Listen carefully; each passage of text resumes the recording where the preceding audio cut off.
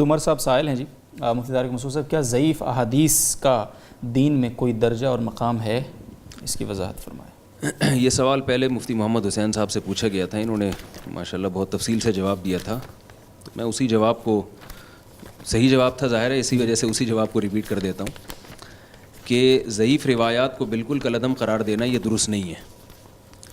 ضعیف روایات کو بھی فقہاء نے لیا ہے، محدثین اس کو اپنی کتابوں میں ذکر کرتے ہیں، اگر وہ بالکل ہی کالعدم ہوتی، ان کی کوئی حیثیت ہی نہ ہوتی تو ان کو ذکر نہ کیا جاتا۔ البتہ اس میں شرط یہ ہے کہ ضعف بہت شدید نہ ہو، بہت زیادہ ضعف نہ ہو، کم درجے کا ضعف ہو۔ البتہ وہ ضعیف روایت اگر کسی صحیح حدیث کے خلاف جاری ہے، یہ خبر متواتر کے خلاف جاری ہے، پھر اس کو رد کیا جائے گا۔ امام ابو حنیفہ رحمہ اللہ تعالیٰ کا یہ مذہب ہے کہ وہ ضعیف روایت کو قیاس پر ترجیح دیتے ہیں۔ اس کی مثال بھی دی جاتی ہے کہ یہ دو حدیث میں آتا ہے کہ رسول اللہ صلی اللہ علیہ وسلم نے، جن صحابہ نے نماز میں قہقہ لگایا تھا، زور سے ہنسے تھے، تو آپ صلی اللہ علیہ وسلم نے ان کو حکم دیا کہ وضو بھی دوبارہ کریں اور نماز بھی دوبارہ پڑھیں۔ اسی وجہ سے حنفیہ کا یہ مذہب ہے کہ نماز میں اگر آپ کھلکھلا کے ہنستے ہیں تو آپ کا وضو بھی ٹوٹ جاتا ہے۔ اب یہ روایت سند کے اعتبار سے ضعیف ہے، مگر پھر بھی امام حنیفہ نے اس کو لیا ہے، حالانکہ یہ قیاس کے خلاف ہے۔ قیاس کا تقاضا یہ ہے کہ ہنسنے سے وضو نہیں ٹوٹتا، کیونکہ ہنسنے کا وضو سے کوئی تعلق نہیں ہے، وضو تو کا تعلق ہے نجاست سے۔ تو یہ حضرات فقہاء کا مذہب نہیں ہے، نہ محدثین کا مذہب ہے کہ ضعیف روایات کو بالکل ہر لحاظ سے کالعدم قرار دے دینا۔ اگر اس میں ضعف شدت والا ضعف نہیں ہے تو اس پر عمل کیا جائے گا۔ اور جیسے انہوں نے بتایا تھا کہ یہ بھی انکار حدیث کی ایک صورت ہے، کیونکہ روایات میں ضعیف روایات ہمارے پاس زیادہ ہیں، تو حدیث کے انکار کی ایک صورت ہے کہ آپ ضعیف روایات کا بالکل انکار کر دیں۔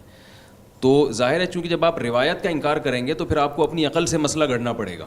لوگ اس پہلو کو تو دیکھ رہے ہوتے ہیں کہ انہوں نے ماشاءاللہ بڑی، ان کا معیار بہت اونچا ہے روایات کے معاملے میں، یہ ذرا سا بھی روایت میں ضعف ہو تو یہ اس کو مسترد کر دیتے ہیں، تو اس پہلو کو تو دیکھ رہے ہوتے ہیں، لیکن اس پہلو کو نہیں دیکھ رہے ہوتے جب یہ حدیث کو رد کرتے ہیں پھر اپنی عقل سے مسائل کا استنباط کرتے ہیں۔ تو اس ضعیف روایت میں امکان تو تھا نا کہ نبی صلی اللہ علیہ وسلم نے فرمایا ہو، امکان تھا تبھی تو اس کو ضعیف کہا ہے، ورنہ اس کو موضوع کہا جاتا، من گھڑت روایت کہا جاتا۔ امکان تھا، لہذا اپنی عقل سے کوئی مسئلے کا استنباط کرنے کی بجائے اس روایت کا سہارا لے لینا یہ زیادہ بہتر ہے۔ اور خاص طور پر ضعیف روایات ایسی ہے کہ جس پر اگر عمل ہو، جیسے امام ابو داؤد نے کئی روایاتیں ذکر کی ہیں، لیکن اور آگے لکھتے ہیں کہ وعلیہ العمل عندنا، اسی پر ہمارے بلاد میں اسی پر عمل ہے، تو اس روایت وہ پھر صحت کا درجہ حاصل کر لیتی ہے، اگرچہ وہ سند کے لحاظ سے ضعیف ہوتی ہے، لیکن چونکہ مشائخ کا اس پر عمل رہا ہوتا ہے اور اس پر فتویٰ دیا گیا ہوتا ہے، تو اس کی تائید سے وہ روایت قابل قبول بن جاتی ہے۔ تو بعض لوگ صرف روایت کی سند کو دیکھ کر ہر قسم کی روایتوں کو مسترد کر دیتے ہیں، ایسا نہیں ہے، یہ علم حدیث سے جاہل ہونے کی دلیل ہے۔